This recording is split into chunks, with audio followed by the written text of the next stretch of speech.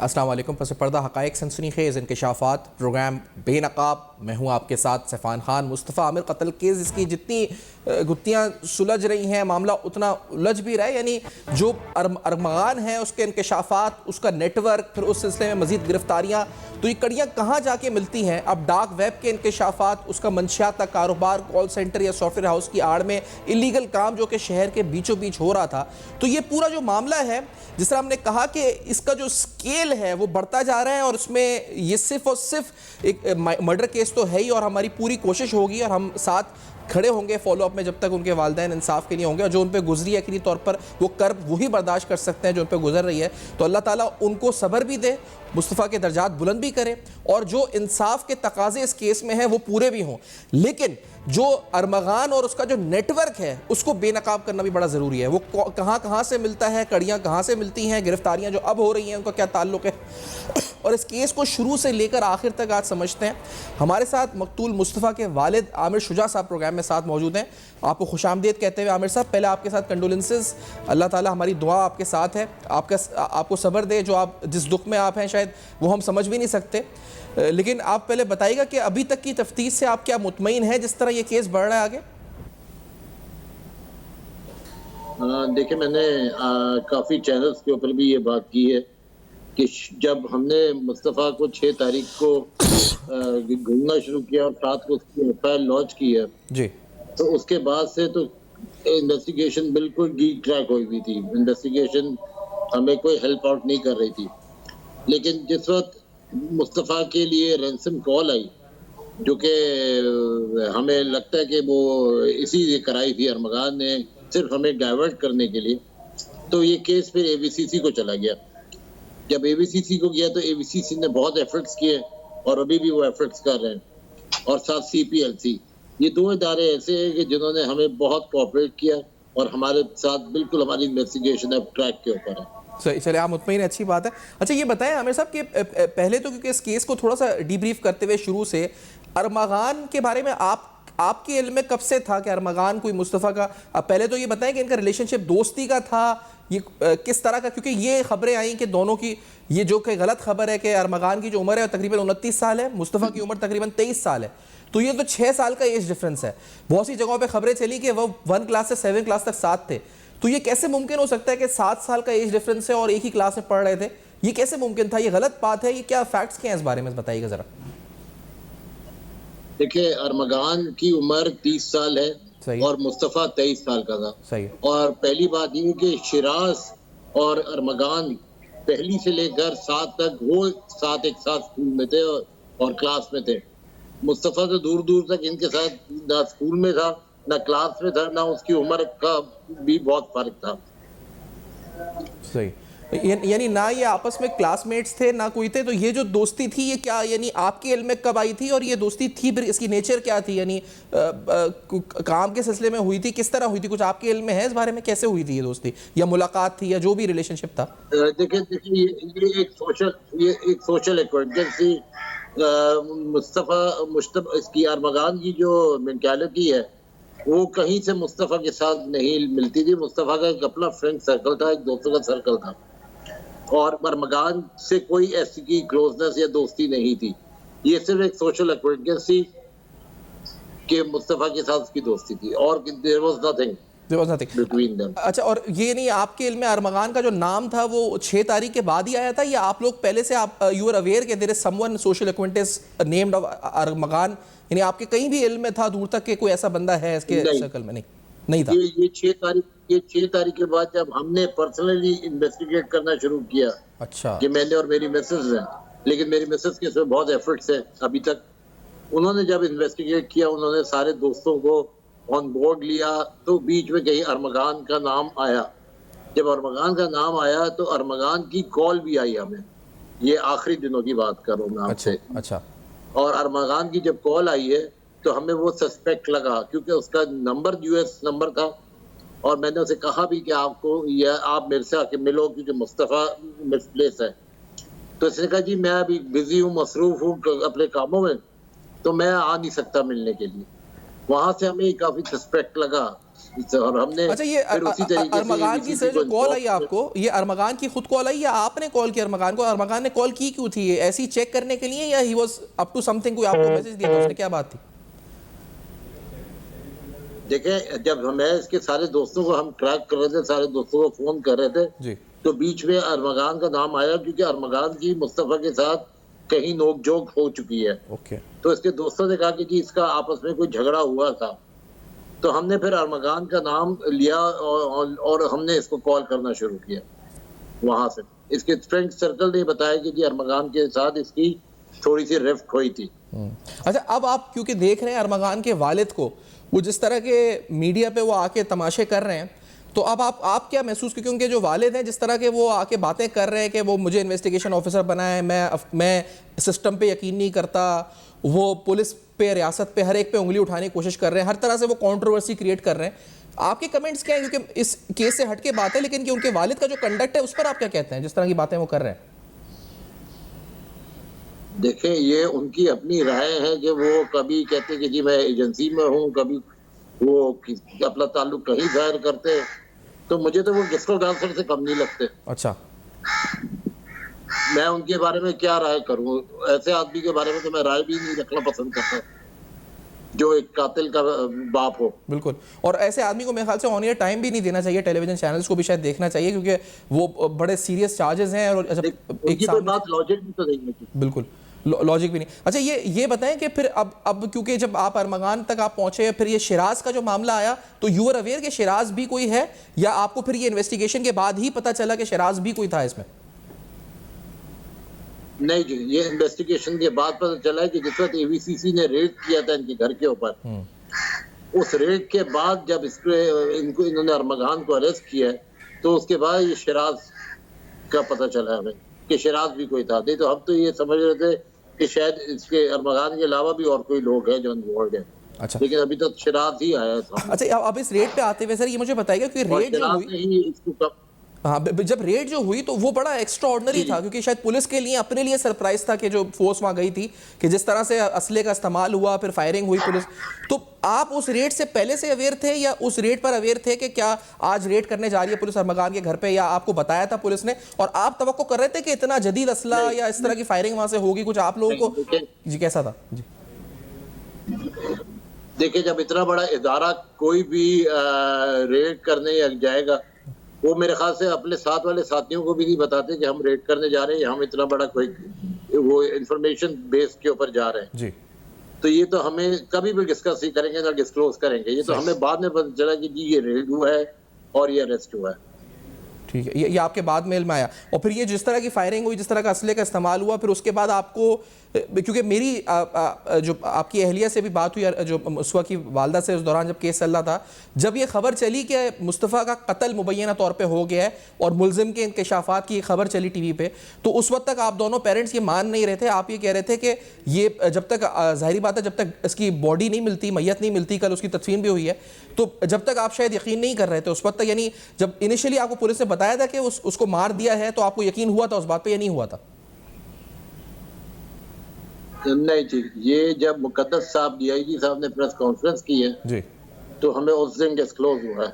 अच्छा, और उससे पहले आप लोगों का फर्म बिलीव था कि ही इज अलाइव, या तावान का मामला है, या ही इज अलाइव, ये मतलब ये आप यू वर बिलीविंग दिस, क्या ये था? देखिए जी, हमें तो जब तक जब डीएनए भी गया था डीएनए के लिए, तो हम तो बेनिफिट ऑफ डाउट हमें उस वक्त भी था बिल्कुल, कि बेशक, शायद ये मुस्तफा का डीएनए नहीं है। बेशक, अल्लाह ताला बिल्कुल, वो तो आपको यकीनी तौर पर आखिरी वक्त तक उम्मीद का एक दामन नहीं छोड़ना था। फिर ये केस जिस तरह आगे बढ़ रहा है, तो इसमें और गिरफ्तारियां भी हुई हैं, कोई ड्रग की डीलिंग्स के हवाले से साजिद हसन के बेटे भी गिरफ्तार हुए हैं। तो ये कुछ यानी आपके इल्म में ड्यूरिंग इन्वेस्टिगेशन चीज़ें आई, या पहले से आपको साजिद हसन के बेटे या दीगर के बारे में भी इल्म था कि कोई और भी लोग हैं अरमगान के दोस्त वगैरह, या आपको अब पता चल रहा है? नहीं, मैंने ये मीडिया के ऊपर ही न्यूज़ देख रहा हूँ, लेकिन ये बेसिकली एवीसीसी काम नहीं कर रही है, ये एसआईयू वाले काम कर रहे हैं, स्पेशल इन्वेस्टिगेशन वाले। और ये जितने भी माफिया के ऊपर आज जा रहे हैं, ये जितनी भी उन्होंने माफिया के पीछे जा रहे हैं, ये मुस्तफा का केस इससे कोई रिलेटेड नहीं है। अच्छा, मुस्तफा का एक अलग केस है जो कि मर्डर केस, लेकिन ये रिलेटेड मुस्तफा से नहीं है। नहीं है। अच्छा, और इसमें क्योंकि एफआईए भी इन्वॉल्व हुई है, उसके लैपटॉप मेरे ख्याल से इन्वेस्टिगेशन तो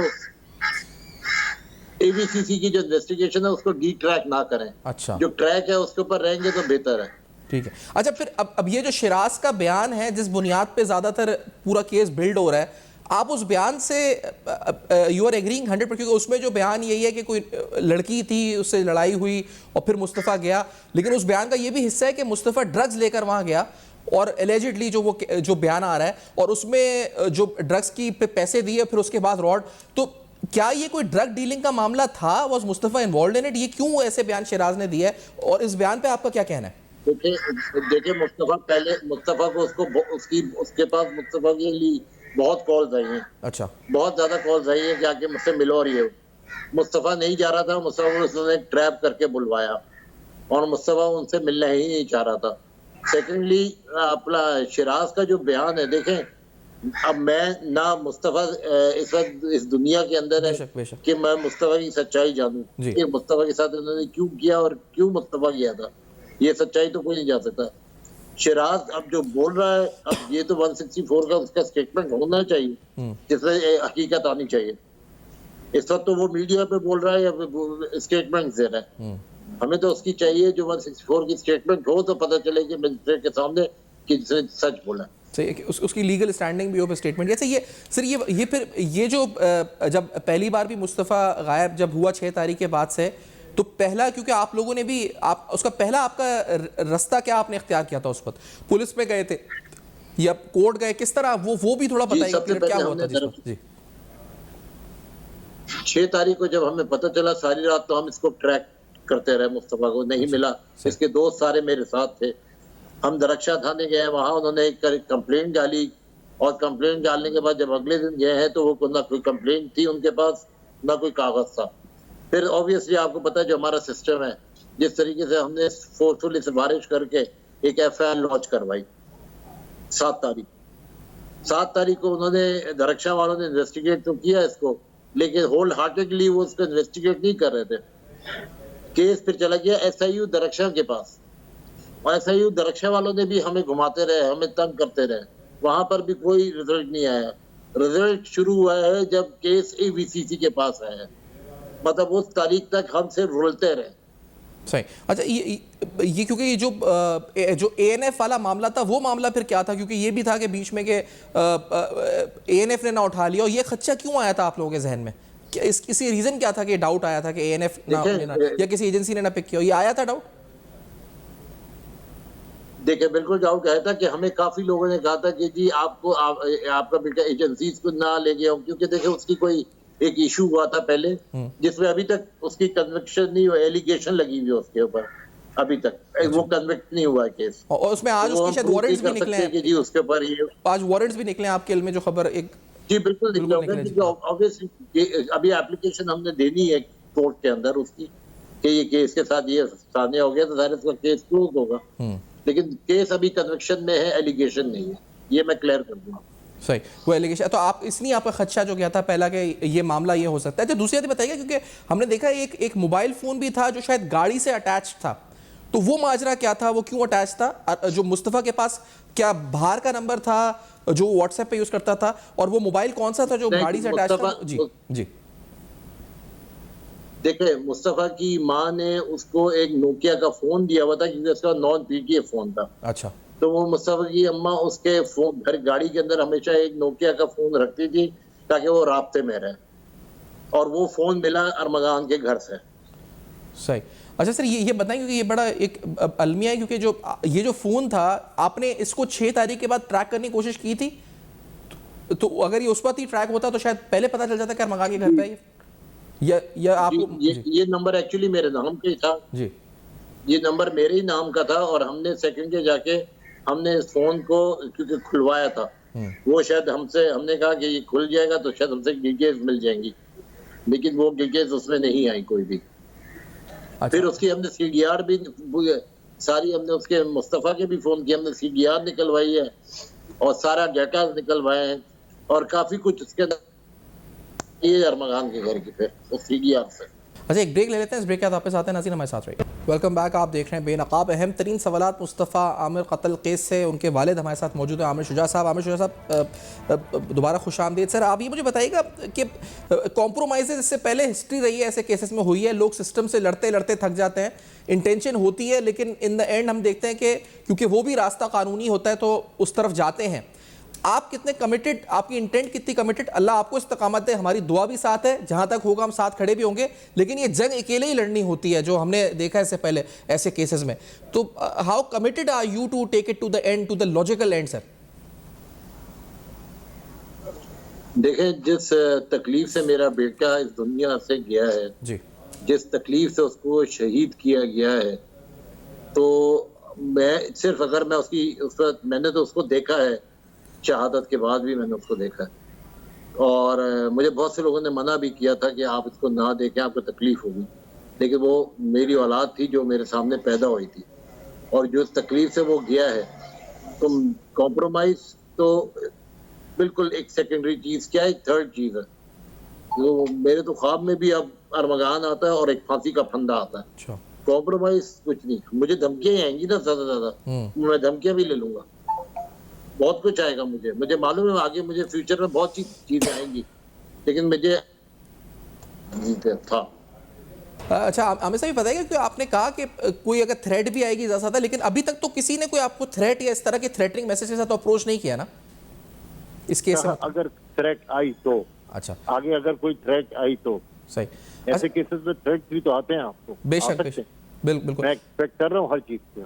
अच्छा, नहीं वो इसलिए हम कह रहे हैं कि अल्लाह ताला इस्तकामत दे आपको। लेकिन सर ये बताएं, क्योंकि जो इस पर्टिकुलर मामले में जो हमने देखा कि जो फिजिकल रिमांड नहीं मिला था, और उसके बाद एक वीडियो भी आई थी उनके वालिद की जो जज के कमरे में के बाहर अंदर घुसने की कोशिश कर रहे थे, फिर उनका एटीट्यूड जो गालम गलोच उन्होंने पुलिस एहलकार के साथ की। फिर जो प्रोसिक्यूटर जनरल थे उन्होंने भी सवाल उठाया कि ऐसा हिस्ट्री में नहीं हुआ कि फिजिकल रिमांड ना मिले। इस पर आपका क्या, क्योंकि ये जो कानूनी मामला था तो अदालती मामला, लेकिन what is your point of view on this? क्योंकि आप क्या डीमोटिवेट हुए उस वक्त कि ये क्या हो रहा है, कैसा निजाम है, मैं कहाँ किससे लड़ रहा हूँ, कहाँ सर मार रहा हूँ? जी जी, मैं बिल्कुल डीमोटिवेट हुए थे, हम लोग डीमोटिवेट हुए थे, लेकिन उसके अंदर दोनों तरफ से, पुलिस की एबीसीसी की तरफ से भी और मेरे लॉयर्स की तरफ से भी जी, हार्ड एफर्ट्स हुए कि दोबारा इस केस को रिमांड से पिकअप करने के लिए। सही। अच्छा, वो एफर्ट्स तो फ्रूटफुल हुए, आपको रिमांड मिल गया। अब क्योंकि ये जब ये कबर कुशाई का अमल हुआ, आपको हुआ, आप थे उसमें शामिल जब आप ये मामला हुआ था? आपने कहा कि आपने देखा भी उसके बाद उसको, तो नहीं, मैंने कबर कुशाई के वक्त उन्होंने मुझे अलाउ नहीं किया था, क्योंकि वहाँ पुलिस सर्जन थी, तो उन्होंने कहा हम अपने प्यारों, आपके जब आप जो प्यारे होते हैं उनके प्यारों को हम देखने अलाउ नहीं करते। लेकिन मैंने बस उसको देखा। मैं आपको मैंने, ये मेरी कोई फैमिली को भी नहीं पता, ये मैंने इंडिविजुअल उसको देखा था। ये बड़ी हिम्मत है कि आपने एक बाप के ऐसे ऐसे देखा। अल्लाह ताला आपके दिल को, आपको इस्तकामत दे।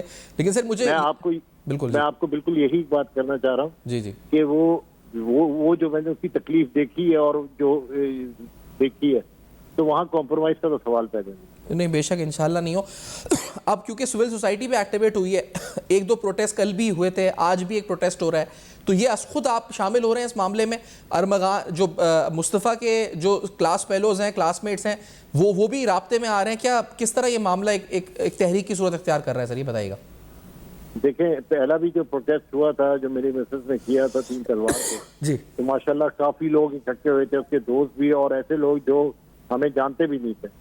तो अभी भी सिविल सोसाइटी ने, ह्यूमन राइट्स वालों ने अभी भी प्रोटेस्ट रखा हुआ है, तो इंशाल्लाह देखें वहाँ भी लोग आएंगे और हम ये चीज़ों को कंटिन्यू रखेंगे इंशाल्लाह।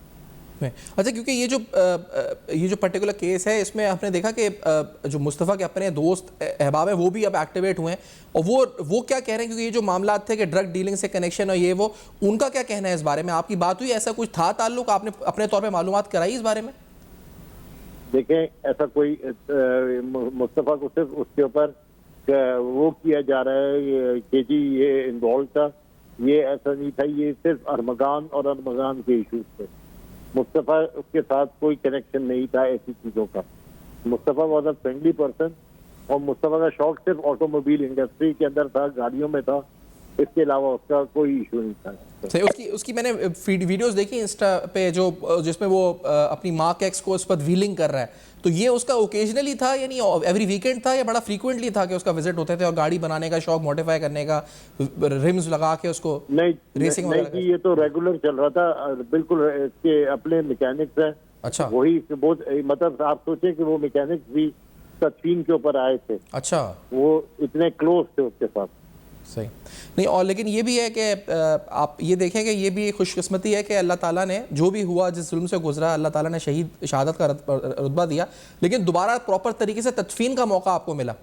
जो शायद पहले एक लावारिस कब्रिस्तान में मामला चला गया था, अब एक प्रॉपर तदफीन हुई एक सही तरीके से और उसके बाद प्रॉपर प्रोसीजर आपके घर पे हुआ माशाल्लाह, तो एक पूरा इस्लामी और जो शरई अमल है उससे गुजरा मामला फिर दोबारा पूरी तरह से। जी बिल्कुल, अल्हम्दुलिल्लाह अल्हम्दुलिल्लाह। अच्छा सर, ये बताएं कि अब आपका मुतालबा बेसिकली क्या है इस केस में, क्योंकि ये हम इसको कंक्लूड अगर करें, क्या आप चाहते क्या हैं, अब क्या ख़ास तौर पे अरमगान के हवाले से भी और उस लड़की के हवाले से भी कोई मुतालबा है कि जो अब नहीं है, गायब है, कहाँ है, कुछ नहीं पता, या कुछ पता चला उसके लड़की का और उसका मेरा इशू नहीं है अब। अच्छा, मैं अपनी जो भी इन्वेस्टिगेशन हो रही है मैं उसको ट्रैक नहीं करना चाहूँगा। वो मेरा फोकस है अरमगान और शराब, और मेरा chief of the army staff, prime minister और अपने जितने भी हुक्मरान हैं उनको मैं चाहूँगा कि वो उनका वो टीवी रोज देख रहे होंगे, ये इशूज देख रहे होंगे, तो प्लीज वो लोग भी आवाज़ उठाएं और वो एक्शन लें, और हमारी जुडिशरी को बहुत सख्त होना पड़ेगा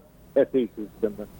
आपने कहा आपके ख्वाब में भी आता है कि अरमगान है और फांसी का फंदा है, तो आप यही चाहेंगे कि ये जल्द से जल्द हो जो भी मामला, जो उसका मंतकी अंजाम है अरमगान का। देखिए, अरमगान जैसे लोग अगर बाहर आ गए ना तो ये बहुत घर बर्बाद करेंगे। इन्होंने मेरा घर तो बर्बाद कर दिया, तो ये और मजीद घर बर्बाद होंगे, तो ऐसे लोगों को तो जिंदा नहीं रहना होना चाहिए। ठीक है, बहुत शुक्रिया आमिर साहब, आपने प्रोग्राम में ज्वाइन किया। अल्लाह ताला आपको जिस हमने कहा इस्तकामत भी दे, सब्र भी दे और उसके दर्जात को बुलंद करे। आप जंग एक जो लड़ने जा रहे हैं, ये बहुत तवील जंग होगी, मुश्किलात भी होंगी। बहुत शुक्रिया, आपने प्रोग्राम में ज्वाइन किया। एक ब्रेक लेते हैं, हमारे साथ रहेगा। वेलकम बैक, आप देख रहे हैं बेनकाब। आज कुछ तफसीलन इस केस पे बात हुई। हम काफ़ी दिन से इस केस को कवर कर रहे हैं। जिस तरह अभी जो मुस्तफ़ा के वालिद ने कहा कि इस केस में पर्टिकुलरली जो उनका मकसद है वो यही है कि जो अरमगान ने किया उनके बेटे के साथ, उसकी सज़ा अरमगान को मिले, और वो अब इसमें बिल्कुल भी डिट्रैक्ट नहीं हो रहे। वो फोकस्ड है अरमगान के ऊपर, ना उस लड़की की तलाश की तरफ उनकी तवज्जो है, और ना अरमगान के क्या काम थे, ड्रग डीलिंग्स थी या FIA या कॉल सेंटर और सॉफ्टवेयर हाउस के मामला थे, वो उससे भी इस वक्त परे हैं। अब मामला यह है कि वो तो सिर्फ चाहते हैं और यकीनी तौर पर यही चाहेंगे कि उनके मामले में इंसाफ हो, तकाजे तमाम पूरे हों और जल्द से जल्द हो, यानी मंतक़ के अंजाम तक पहुँचे, लेकिन एक स्पीडी ट्रायल हो और उसको जो भी उसका सज़ा है और जो उसकी बनती है वो उसको दी जाए इल्ज़ाम साबित होने के बाद। लेकिन दूसरे जो एस्पेक्ट हैं इस केस के वो बड़े अहम है देखना।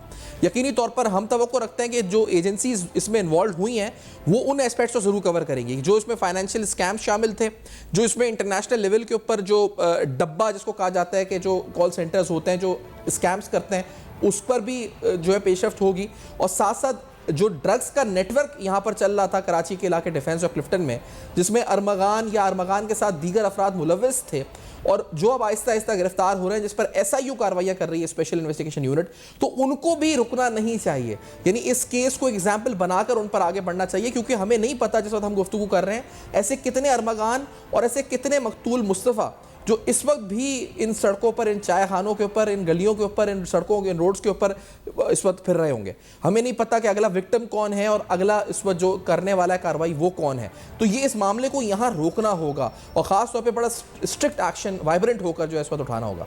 तो उम्मीद करते हैं कि आज के प्रोग्राम में हमने तफसीलन कोशिश की कि उसको कवर किया जाए इस एस्पेक्ट को कि उनके वालिदैन का मौक़िफ़ क्या है। For your feedback you can write us on Facebook, emails and x. देखते रहिएगा, अब तक अपना बहुत ख्याल रखिएगा। अभी सब्सक्राइब करें ताकि कोई खबर रह न जाए।